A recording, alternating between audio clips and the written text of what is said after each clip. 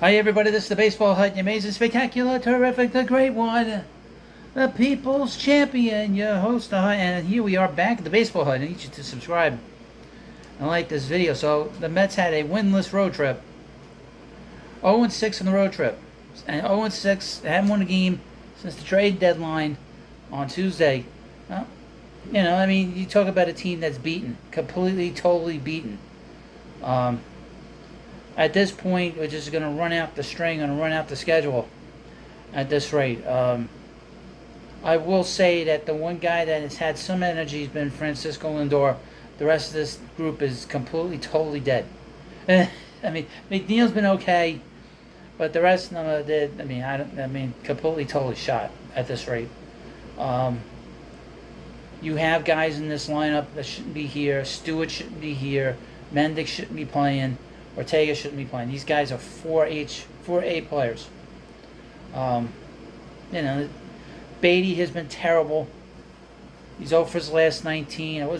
Was he under 160 now since July 1st? Not very impressive. Not what you would say is a top prospect. His defense has been lousy. I'll say this about Vientos. I do like his swing. He needs to play. He needs to play more, and he's going to play more, obviously. Third base is a little shaky, obviously, but this team is in big trouble.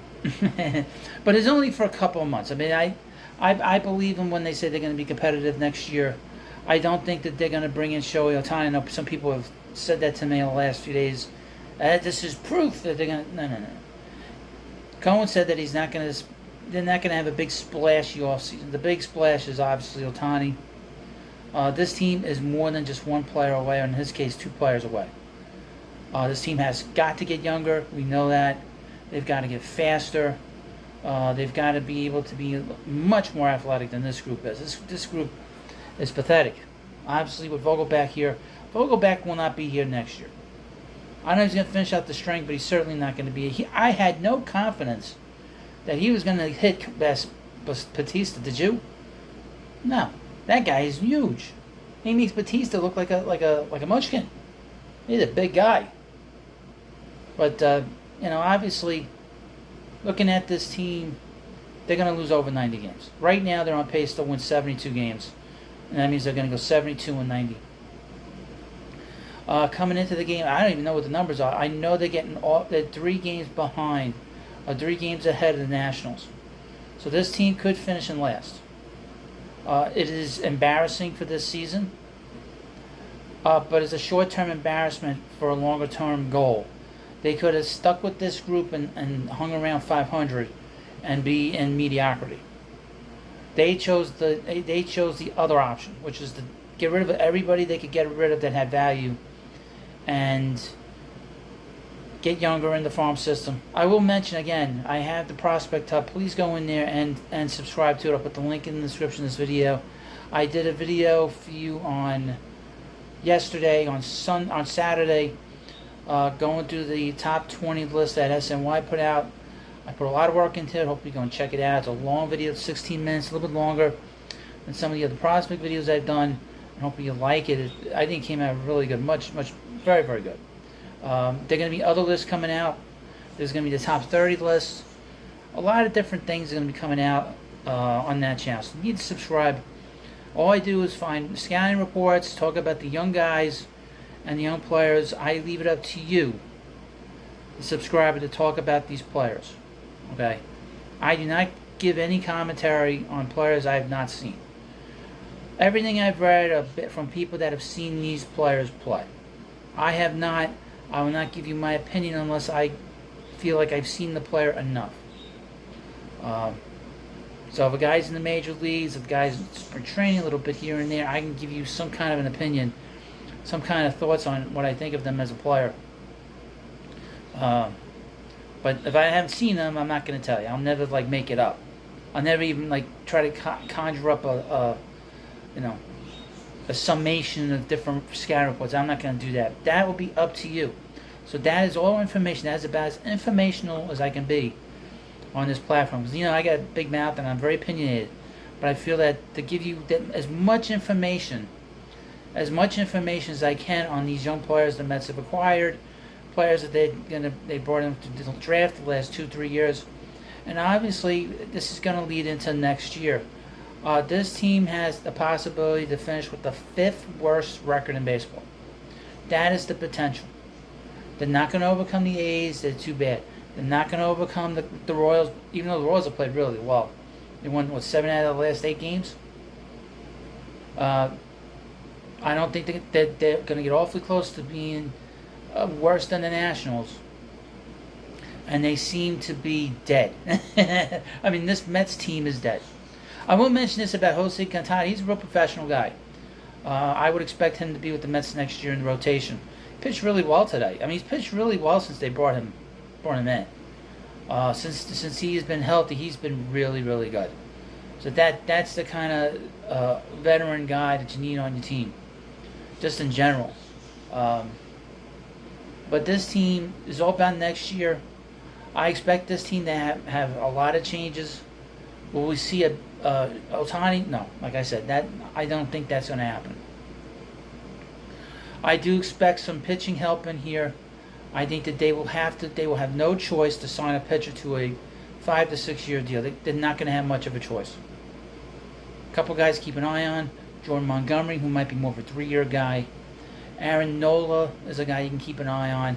Julio Urias, he's a high-end guy. I don't know if they'll go there. I think Nola would be a good guy because he throws a lot of innings. You need innings eaters. And he's 30 years old, so you just say to him, look, we're not going to be as good as we wanted to be this year. And we're not going to be as good as we were last year, but we want you to be part of this team. Blah, blah. I'm just using him as an example. But, the guys that you want to target are younger guys. And guys that have been fairly healthy. Nola's been healthy in his career. Urias has had his ups and downs. I don't know where the Mets stand with him. He is a very good pitcher. Jordan Montgomery is sneaky good. I wouldn't have a problem with the Mets signing him to a 3-year deal. We will see. Got to finish out the string. That's the best that we can hope for as Mets fans. It sucks. But it wasn't that great before this. This is the one thing a few people have said, the Mets should have stuck it out. Why? Just get rid of these players that aren't any good, that have value, but the overall result for the team is not good. If the team is not playing well overall, you start moving these guys out of here. And then to improve the farm system, and they did. Is there an elite prospect in this farm system? Probably not. But there are guys that are going to be everyday players and everyday contributors. Acuna is going to be one. He might be the one guy that might become an elite player. Okay? Now on this channel, I'll give you, my commentary. I've also heard that Ryan Clifford is kind of compared to Lucas Duda. Just reading it and just hearing things here and there, that's kind of what the comp is. And Drew Gilbert, his comp is that of Lenny Dykstra, but I have a video that I will post on the Prospect Hut in another day or so. Where somebody kind of throws shade at Gilbert, which I kind of think is interesting to hear. That people are not quite convinced that he's as good as the reputation is. But like I said, that will reveal itself over time. He's in Double-A. A lot of these guys are in Double-A. Acuna's in Double-A. Gilbert's in Double-A. We're going to watch them a lot in spring training. We're going to see them in spring training, no doubt. A lot of these guys are going to be with the Mets in spring training. Justin Jarvis, who they got from the Brewers, from Marcana, did not pitch well, I think, today or yesterday. He will have to be put on the 40-man roster, or the Mets could lose him to the Rule 5 draft. What else? What else can I talk about before I end this video? Well, it is what it is, and they went up against this weekend probably the best team in the American League right now. You talk about a deep team, deep farm system. They can field their own all-star team in the minor leagues by how deep they are. But that's many years of tanking. The Mets don't want to do that. That's why they bought these players. That's why Cohen bought all these young guys. Now, this week they're playing the Cubs. The Cubs have played well. They've been a really good team. They're going to be making their run, and then of course they play the Braves. You know, so this could get even worse than it is now. But what's at the end of this is a good player that they will draft next year. That could be that elite prospect that could be the centerpiece for this team going forward in the farm system and on the Major League roster. That is the bright side to all of this. Well, let me know what you think about this video. Of course, please subscribe to the Baseball Hut. I'll put the link to the description to the Prospect Hut. It is doing awesome. You're doing a great job of watching the videos and being interested in it. Again, it's just me giving you scouting reports and giving you little articles to chew on and talk about amongst yourselves. I don't really moderate the discussion too much on there unless somebody comes in with one of their complaints about the last 35, 40 years. Then it gets a little bit weird. So, thank you for watching this video. Please subscribe, and I'll see you later.